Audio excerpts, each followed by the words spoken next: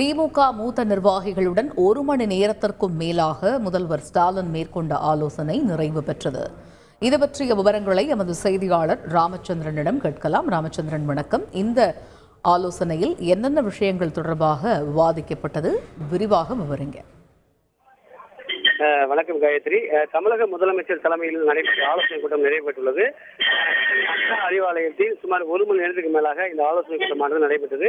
இதில் மூத்த அமைச்சர்களான அமைச்சர் துரைமுருகன், ஏவா வேலு, பொன்முடி, தங்கம் தென்னரசு, அமைச்சர் சாத்தூர் ராமச்சந்திரன் உள்ளிட்டோர் பங்கேற்றார்கள். அது மட்டுமல்லாமல் திமுகவின் முக்கிய நிர்வாகம் இருக்கக்கூடிய ராசா, திருச்சி சிவா, TR பாலு, RS பாரதி உள்ளிட்டவர்களும் இந்த ஆலோசனை கூட்டத்தில் பங்கேற்றார்கள். சுமார் 11:50 நடைபெற்ற ஆலோசனை கூட்டமானது சுமார் 1 மணி நேரத்துக்கு மேலாக நடைபெற்றது.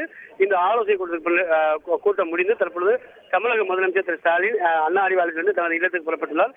இந்த ஆலோசனை கூட்டத்தில் மிக பிரதானமாக ஏற்கனவே அமைச்சர் உதயநிதியை துணை முதலமைச்சராக நியமிக்க வேண்டும் என்ற கோரிக்கை திமுக அமைச்சர்கள் மட்டுமில்லாமல் திமுக நிர்வாகிகள் மத்தியில் மிக பரவலமாக பேசப்பட்டு வருகிறது.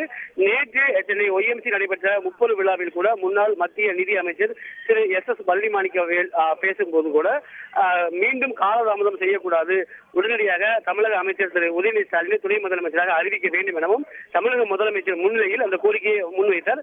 அந்த கோரிக்கை குறித்து விரிவாக விவாதிக்கப்பட்டது. இந்த ஆலோசனை கூட்டத்தில் மிக மூத்த அமைச்சர்கள் அனைவரும் பங்கேற்றதால் இந்த ஆலோசனை கூட்டத்தில் மிக முக்கியத்துவம் வருகிறது. இன்று மாலை தமிழக ஆளுநர் திரு RN ரவி பிற்பகல் 3:30 மணிக்கு நாகையில் நடைபெற்ற பட்டமளிப்பு விழாவில் பங்கேற்று சென்னை திரும்புகிறார். அவர் திரும்பியதற்கு பிறகு இந்த அறிவிப்பு வெளியாகலாம் என்றும் எதிர்பார்க்கப்படுகிறது.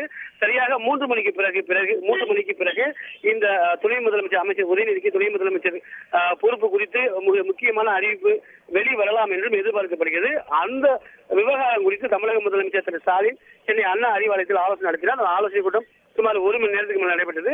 ஆலோசனைக்கு பிறகு தற்பொழுது தமிழக முதலமைச்சர் தனது இல்லத்திற்கு புறப்பட்டு சென்றுள்ளார்.